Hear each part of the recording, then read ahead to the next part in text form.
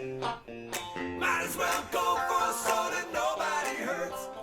Yeah, it's your boy Crypto Blood, and welcome to another episode of My Two Satoshis. It is May 8th, 2019. Shout out to my man Wendell LTC out there on YouTube for the song request. Kim Mitchell, Go for Soda. Never heard this one. Nice rock. Sounds like an 80s rock joint right here.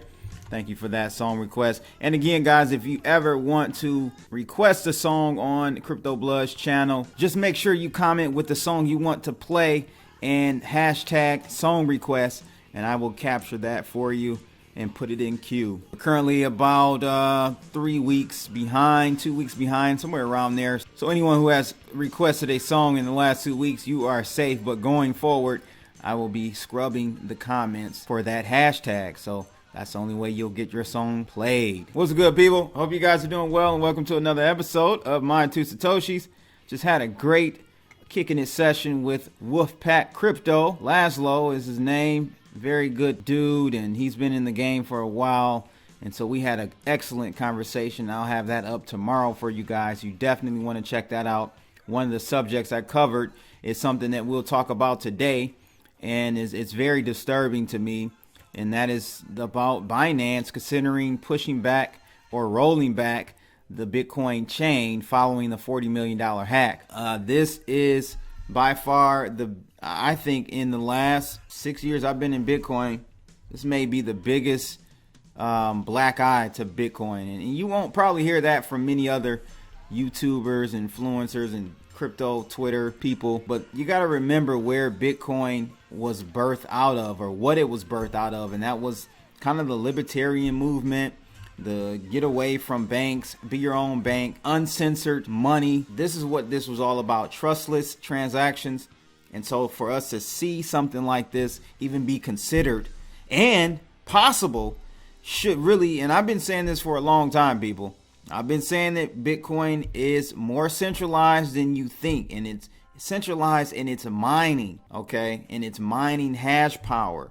A lot of the mining is done in China with Bitmains. You got to understand this, people. That's a central point of failure. Now, that does not mean that you can stop Bitcoin, but you can definitely take over the chain that we use today and change history. So just to see Jinping do this from Binance, the CEO of Binance, to see him even consider this is, first of all, suspicious, because you should have about $2 billion in your SAFU, the fund developed and created by Binance, in which they put 10% of their profits every month into. They should have about $2 billion there. So it's suspicious that you're looking to make such a grandiose move, or even think of making that type of move of rolling back the Bitcoin blockchain over $40 million.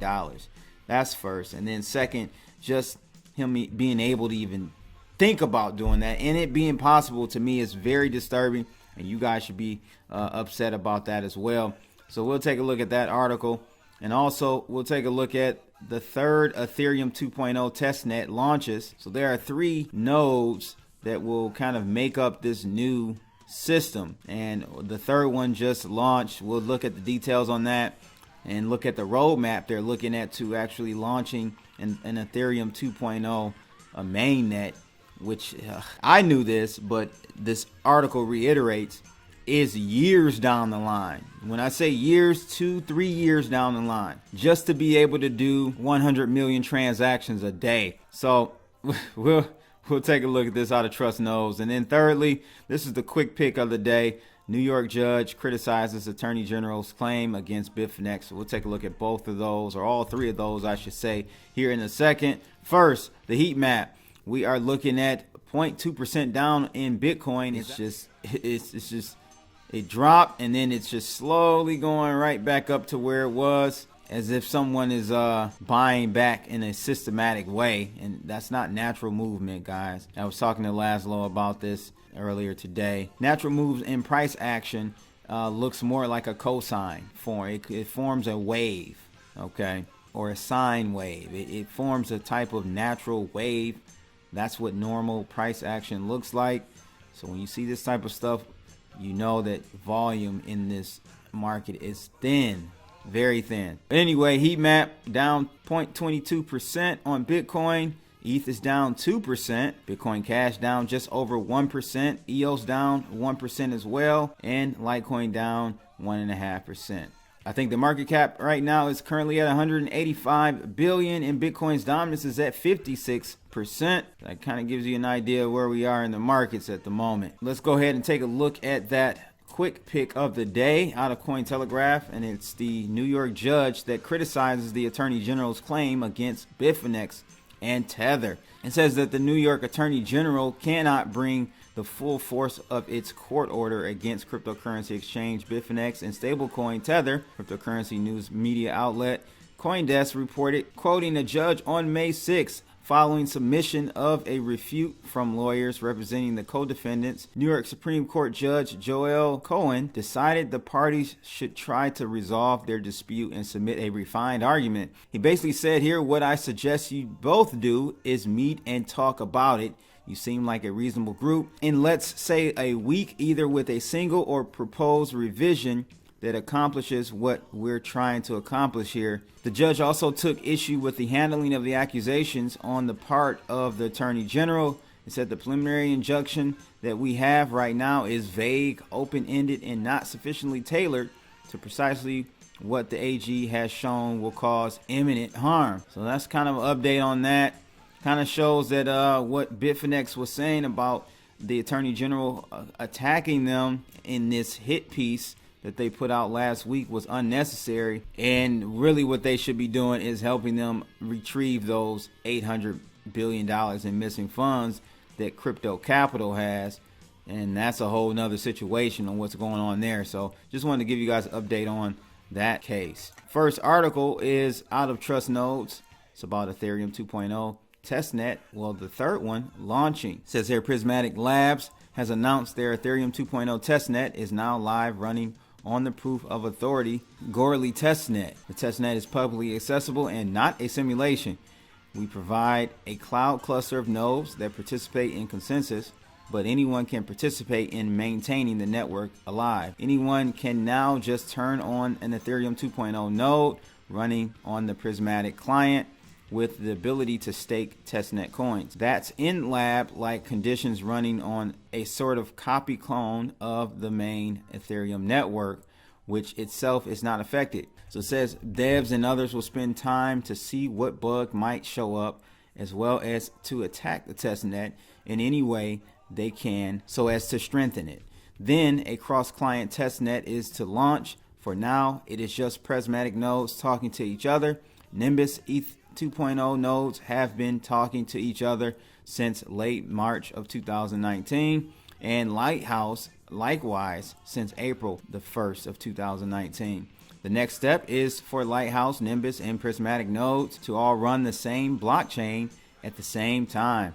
That's the big one, because after that, there's the mainnet launch. The Phase 0 specification is to freeze next month, meaning cross-client might start talking at that point. Then a live launch is estimated by the end of the year. Phase O is just the proof of stake beacon chain. This chain connects to the mainnet by incorporating block headers and through a smart contract. The chain itself won't be able to do much except for allowing validation through staking. How the dynamics will play, however, remains to be seen. It also goes on to say here, once the beacon is out, then the first phase of sharding will launch. This will be just storage sharding, with the beacon acting as a coordinator of sorts. Then in about 2 years, full sharding is estimated to launch.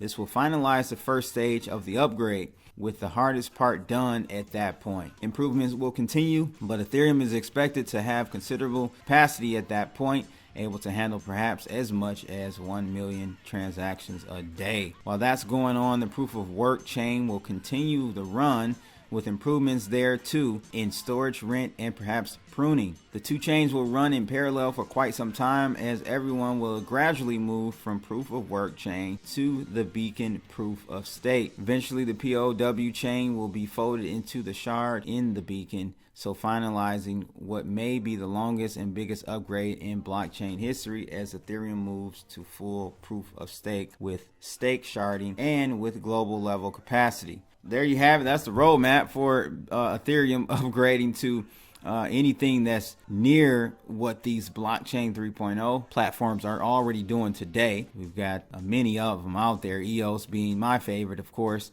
And Ethereum's going to have it cut out for them, because it's not like in the next 2 to 3 years, all of these other chains are just going to sit still. No, they're growing at even faster clips than what they are today. So I'll let you guys be the judge of what Ethereum's going to be in the next 2 years and how that manifests in the price of the Ethereum token. But at any rate, they are making some progress. Next article is out of CoinDesk, and it is about this Bitcoin rollback considered by Binance, who reached out to Jihan Wu, CEO of Bitmain, I believe, in the wake of the multi-million-dollar hack Tuesday. CZ, the CEO of cryptocurrency exchange startup Binance, publicly discussed whether the company might seek to encourage Bitcoin miners and node operators to roll back the Bitcoin blockchain, reversing transactions confirmed by the network to return the funds. Comments were made as CZ hosted an Ask Me Anything session at around 300 UTC on Wednesday to address various questions about the hack, which saw assailant steal some 7,000 Bitcoin from the exchange. Answering questions on whether the firm would consider attempting to convince network stakeholders to roll back Bitcoin network transactions, which would require pushing for consensus from major miners and mining pools to gather over 51% of the network's total hash power. CZ said, "To be honest, we can actually do this probably within the next few days, but there are concerns that if we do a rollback on the Bitcoin network at that scale, it may have some negative consequences in terms of destroying the credibility of Bitcoin. The unprecedented step, which would have found a private business appealing to distribute network of individuals who contribute to the operation of the cryptocurrency, was met with heavy criticism. To try and roll back the network without an agreement between the entire industry and community would most likely be seen by many as effectively an attack on the Bitcoin network, which is intended to be immutable. However, the idea is not without context, as it has been brought up in the wake of the exchange hacks in years past. Further, the conversation was initiated in part by Jeremy Rubin, a developer who has in the past contributed to Bitcoin's open source code. The article notes here that, to be clear, that does not imply Rubin should be seen as an authority figure in this situation, as node operators and miners would have to reverse any transactions. However, his association with the project appears to have contributed to CZ's impression that this was suggested by network developers. Indeed, CZ noted the possible backlash against the idea, adding that he has also seen a lot of people objecting to rollbacks, since there are the ethical and reputational considerations for the Bitcoin network. He says the team is still deciding that, and we are running through the numbers and checking everything, he said. It's interesting that it's a tech solution suggested to us by the community, including some of the core members of the Bitcoin development team. We will consider that very, very carefully with the feedback we are receiving. So far, Binance has not found any other of its hot wallets addresses that are compromised.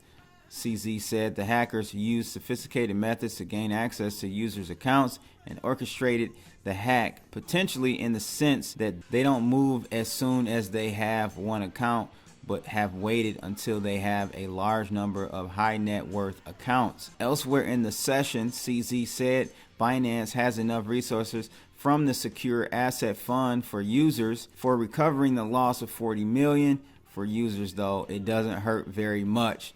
Yeah, it sure doesn't hurt, because they have over $2 billion, guys, in that fund. It says Binance started allocating 10% of its trading fees every month since July last year to the SAFU fund. The firm hasn't responded to CoinDesk inquiring regarding how much exactly the fund has. Well, I'm telling you today, it's around $2 billion.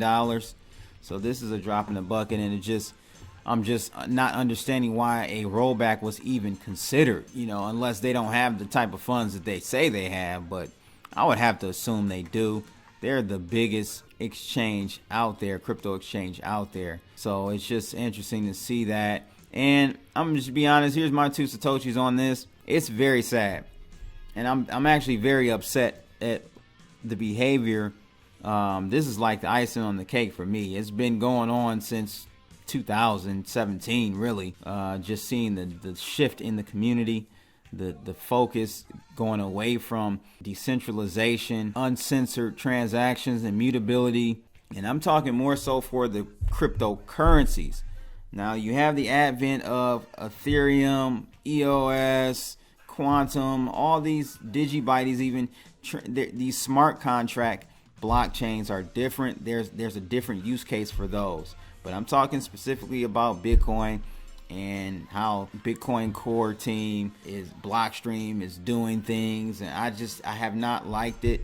And this just shows that for them to even consider doing this, it should be really appalling to you as well. You should be very upset that that was even thought of, and on top of that, that's even a possibility, which it really is. If he could have convinced Jihan Wu of Bitmain and maybe one other big mining pool or mining operation, they could have definitely rolled back the chain, and there you have it. Defeats the whole purpose of Bitcoin and what its goal and mission was. So I'm very upset about this, and I don't know what type of coverage this is going to get from other YouTubers and Twitter personalities, but we should be in an uproar as a community right now that this is even considered and that this is even possible. And it is possible. And I'm going to show you really quickly, and I always have to bring this website up. Well, for some reason I can't bring it up. The site I was going to bring up is arewedecentralizedyet.com. Check that out when you get a chance, and you'll be shocked at how many nodes or miners or entities control the hashing power of these cryptocurrencies. It's shocking, but this shows you what CZ is, even brought up and considered. This shows you that this is definitely the case. But that's pretty much it for today, ladies and gents. I hope you enjoyed this episode of My Two Satoshis. Make sure you guys like, share, and subscribe. Click that bell. Shout out to my man Wendell LTC out there on YouTube for that song request. Kim Mitchell, Go for Soda. It's your boy Crypto Blood, and that's My Two Satoshis for May 8th, 2019. I'm out of here, people. Holla!